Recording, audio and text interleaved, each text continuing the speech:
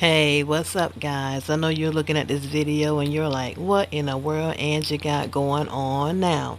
Well, I was cleaning up my son's room and I found this little figurine. And I kept looking at it and I was like, this little guy right here resembles somebody I've seen before. And I got to looking at it and I got a closer look at it and I was like, this right here looks just like Darryl Moore. I mean, look at him. Got the same complexion, got the big belly like the fupa. Look at the nose and the mouth and the maddening, insane looking eyes. I mean, I know this guy's got the horns, but hey, we all know that Darryl Moore is the devil, so the horns go very well. And then he's got the red outfit on that is indicative of Satan.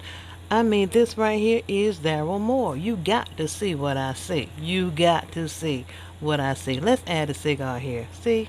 All right, convinced now? Look at here. Oh, damn. And look at here, he done fell out. Darryl Moore, you got to get up, man. You got to get up for you know you like to look good for YouTube, so you got to get up so you can look good for your debut here. All right, you good?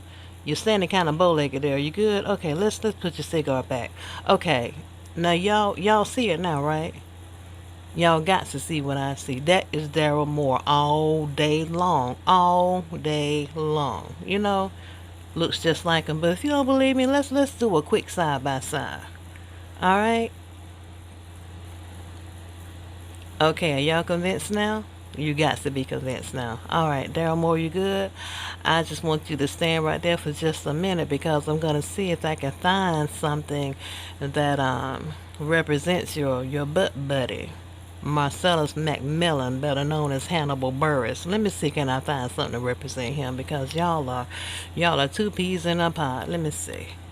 Let me see. All right, I'm gonna use this right here. I'm gonna use this globe, and I'm using a globe because globes are usually in classrooms, and classrooms usually have smart people, and we all know that Marcellus thinks he's got a lot of smart parts. Okay, so yeah, that's him, and plus he's short and wide and round like a globe. So, all right, and we're gonna use this right here for the head. Now I know y'all think I'm tripping, but I don't have a Winnie the Pooh figurine, so I got to use this right here for the head. And I mean, look, it's close enough. Winnie the Pooh is orange and the head is orange.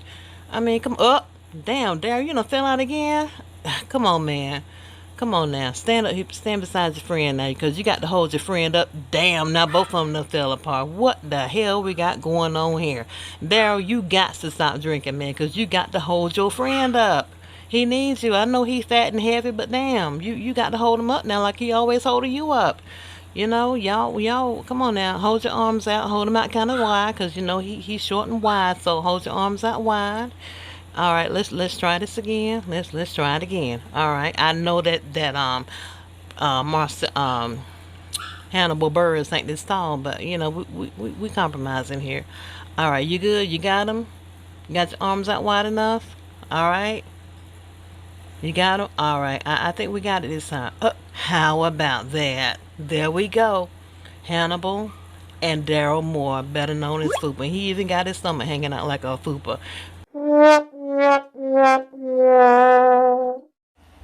But moving on, as you can see by the title of the video, I refer to Darryl Moore as a fopdoodle. Well, what is a fopdoodle? Let's read the definition together, shall we? It is a stupid or an insignificant fellow, a fool, or a simpleton. Now, why do I refer to Darryl as a fopdoodle? Well, it's simple. He thinks it's cool to make fun of people that have been molested, vis-a-vis Larry Reid. Now, I get that he dislikes Larry Reid, and that's fine. But to mock this man for his childhood misery is a new kind of low-down dirty shame. And as far as I'm concerned, Darryl Fopdoodle deserves to lay with the swine. But nevertheless, Larry has been very open and transparent about his molestation experience. In fact, he did an interview with TS Madison last year, and then just a few days ago, he did another interview with CTV. Now, I must admit that some of the interview was cringeworthy, even for CTV, and we all know that he can pretty much deal with anything. But this was an ugly, uncomfortable truth that really needed to be told. And I honestly applaud Larry for telling his truth because he had to have known that he was putting himself out there to be mocked, ridiculed, talked about for a long, long time. Well, hell, he did get mocked by Darryl Fopdoodle, but I'm sure that there are other vloggers such as that old hood rat evangelist and Bishop Pearl Carter. I'm sure they'll probably tune in too, to collect their little coin. But you know what the greatest thing about all of this is? Larry really doesn't give a rat's ass about anything that anyone has to say about him or his experience. He is so over it and at peace within himself that everything just rubs off his skin like water on oil. And I really wish continued perfect peace upon his life because it took so much courage to be this open. But in case you missed the interview, let's listen to a clip of what he had to endure. And I'm warning you, if you have not heard it yet, then it is kind of hard to listen to. But here goes. It's true. This is the truth. So, I mean, there were been over 6 of them, and you can imagine, young boys don't wash. So there is that. Larry, I don't think we need certain. Yes, you do. Yes, you do. My daughter's sitting right here. You need to hear this because people ain't gonna tell this. I'm eating out of the hairs the dingleberries. Larry, people gonna want you to wear a mask every time they need you to leave them. We don't need all the bitches now. Yes, Lord. I was a child, and then maybe do that. They would say, eat my egg, lick it. No, let me say lick it. And so that became, which actually made me develop a desire to eat, to toss salad with the guy that I was with that was older than me, my cousin. Lena, that became a thing we did. That's how I first penetrated him, because it became a world. It became a thing. So that if I can tell that story, I can tell any story. I mean, and it took me years of work to get to that because I blamed it on devil. I blamed all of them, which 2 of them got killed, but that's a whole story. I blamed everything instead of standing in what really happened to me. Dealing with the pain, the embarrassment, because I felt like I was done wrong. Because my earliest thought is the smell of a man's crotch. So I felt like God was trying to set me up to be gay. So like I didn't get a choice. I didn't get my first piece of puss. My first piece was peen. So I told this story on TS Madison platform. I think I told some of it with Tasha K. I wish you would have told the whole thing so you would have had to come over here and share certain details. Well, you're creating the In fact, you're probably going to have to tell me. Somebody has to tell me, okay, you're saying too much if you feel like I am. But I don't feel like I am. I feel like I should share this. I think this should be shared.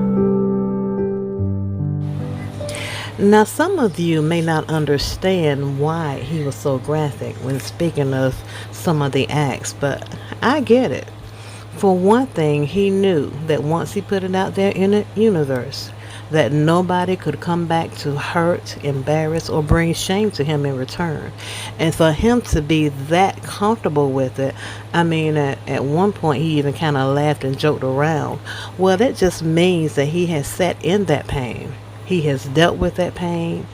And most importantly, he has come to peace with that pain. And that in itself is a blessing because there are so many who never even reached that point. So many people internalize this kind of pain and it plays out in their lives in negative ways such as drug abuse, alcohol abuse, abusive relationships, self-sabotaging behavior, and sometimes even suicide. And for Darryl Fopdoodle to think it's funny is downright disgusting. But don't take my word for it because I got the clips.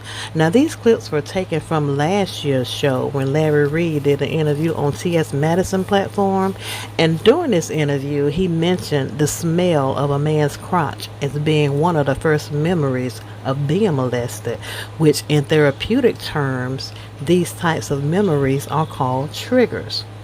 But Fopdoodle and Hannibal Buress, they had a field day with it.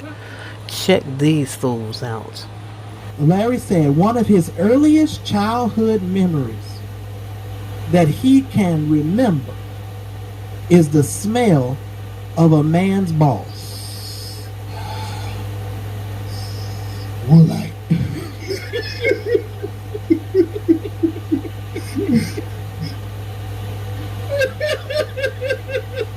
Wait a minute, I shall return.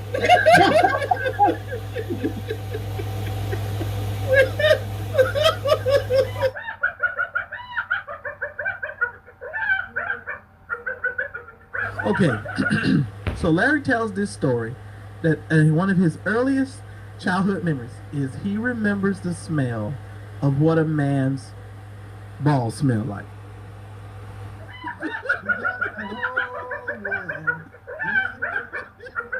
Okay, so wait a minute. So Larry then says, they start asking Larry a whole bunch of questions. Well, how did that happen, Larry? And da-da-da-da-da. Well, you know, they would pull me underneath the house and just shove their penis in my mouth and say, suck this. Under the house? Under the house. That's a crawl space. Or on the side of the house. That's a crawl space. Yeah, or whatever. Because he said under the house, on the side of the house, they would just shove it in his mouth. Now, I don't know how anybody else was raised. You know what?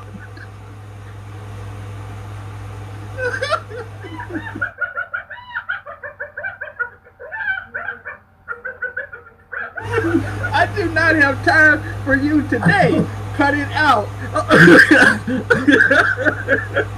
Oh my God, help me. Help me. Oh my goodness. Oh Lord.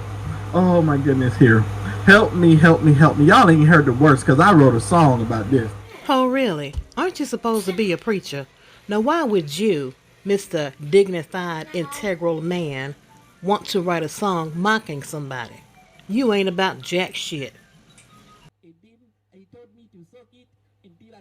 Penis, and I kept sucking the penis until I was 18 years old, and then I kept doing it over and over again.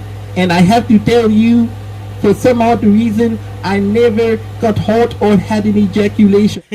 I'm sorry, guys, but I had to stop the tape. I mean, I just noticed something. Doesn't he kind of sort of look like one of those sumo Japanese wrestlers? I mean, maybe that's why he's speaking with an Asian accent here. Maybe he subconsciously thinks he's Asian. But check out the side-by-side comparison. How about that? I see the resemblance, don't you? But carry on, Hannibal. And then the guy left me, and I went and got married to a whole woman, and I married a woman, and when I married the woman, after we had been married for 20 years, she left me and went and married a woman, and I don't know what has gone wrong in my life.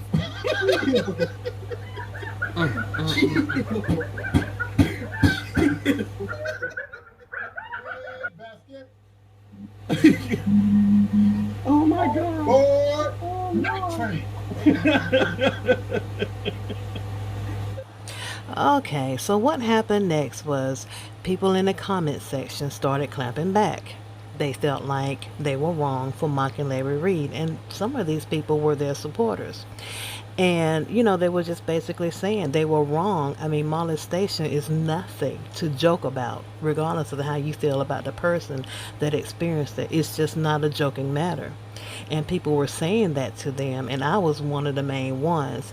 And Hannibal Burris and I got into a rather heated exchange. Of course, they blocked me, and my comments are no longer able to be seen if you go back and visit that particular video. But nevertheless, I clapped back in a video of my own, and I was further calling both of them out on their foolishness. You know, they're wrong, and they should just admit they were wrong instead of clapping back and making everybody else wrong. I mean, because we could clearly see, I mean, just by the few clips that I posted, you can clearly see that they were going in on Larry Reid and his molestation. And it was just dumb and stupid and insensitive. And I honestly have zero respect for both of these people. I'm not even going to call them men, because real men don't do stuff like that. So as far as I'm concerned, they are not men. They don't deserve that title. And I have absolutely zero respect for what they did, regardless of how they felt about Larry Reid. But nevertheless, let's listen to what they had to say when they clapped back at the people who were calling them out on their bullshit. Let me be clear. I told you at the beginning of this, we are not minimizing or making light of the fact that he was molested. I said that. Oh, really? Well, why don't we go back and listen to your song that you wrote about the molestation and let the people decide for themselves whether or not you were making fun, Mr. Hannibal Buress. Only thing he can tell me is that his bread basket got stretched long and wide. Mm-hmm. Father,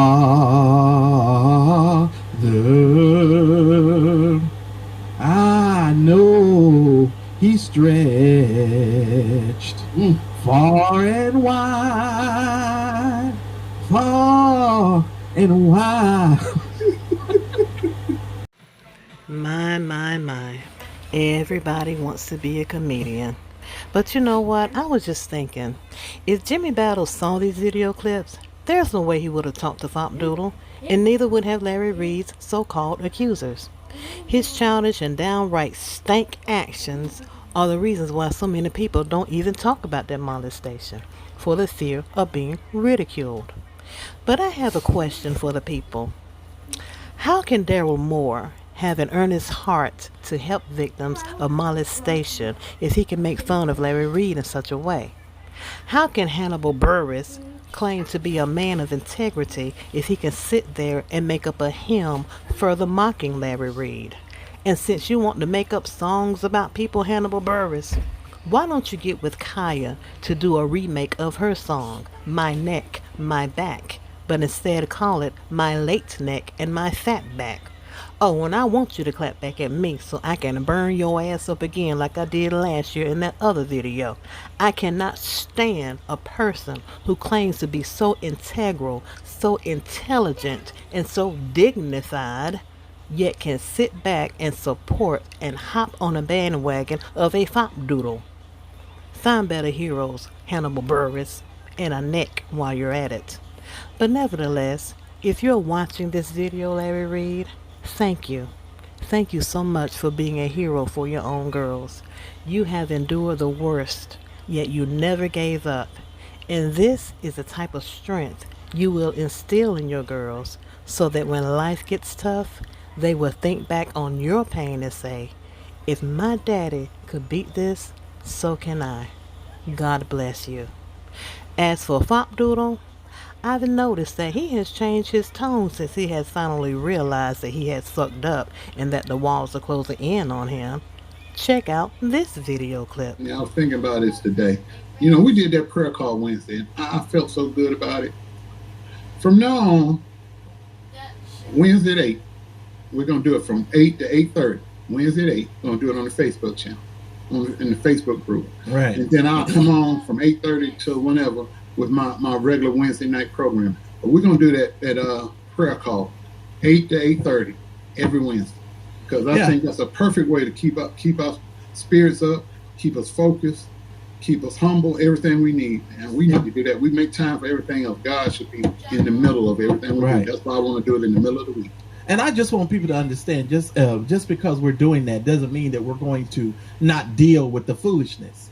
There you go. Because we are going to deal with the foolishness, but we're just going to deal with it in a more succinct, more strategic manner. And so, and we'll keep you all posted in the chat on what's going on, because some of y'all are going to be surprised in a minute.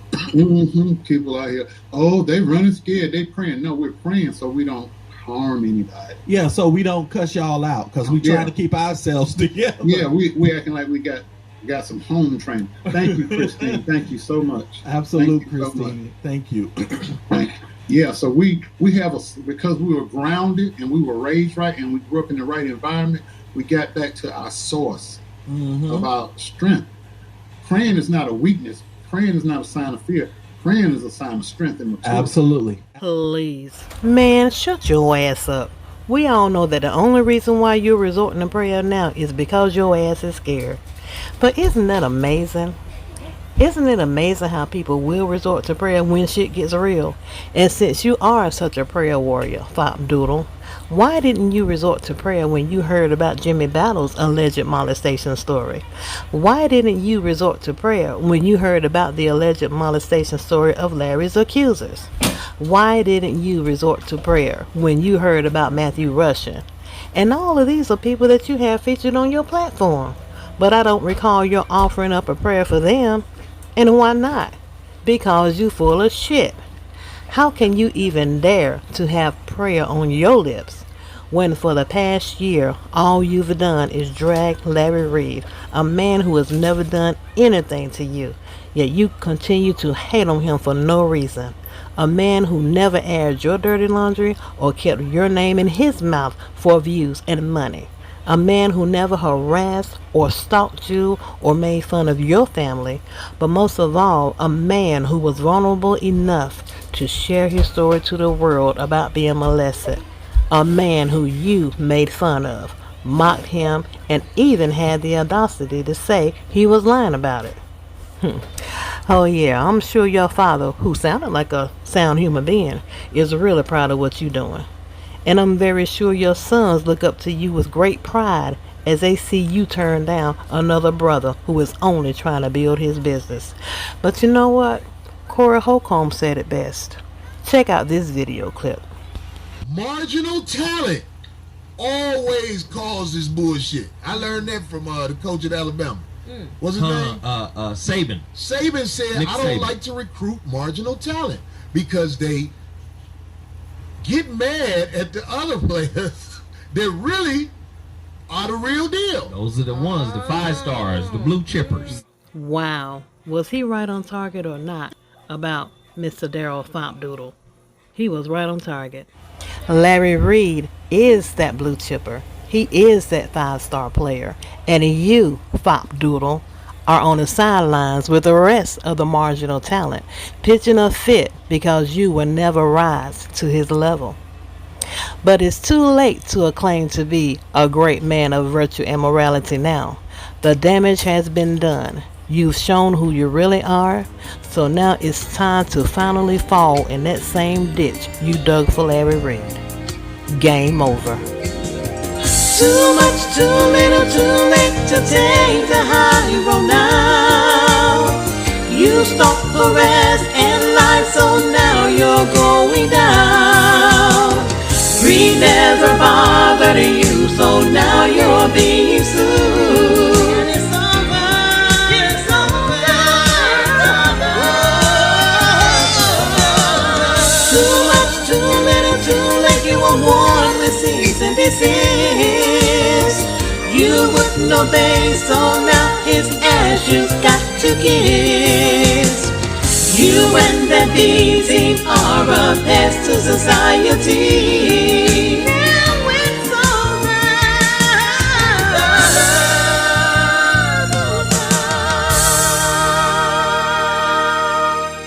over. Judgment for the plaintiff. Have a good day.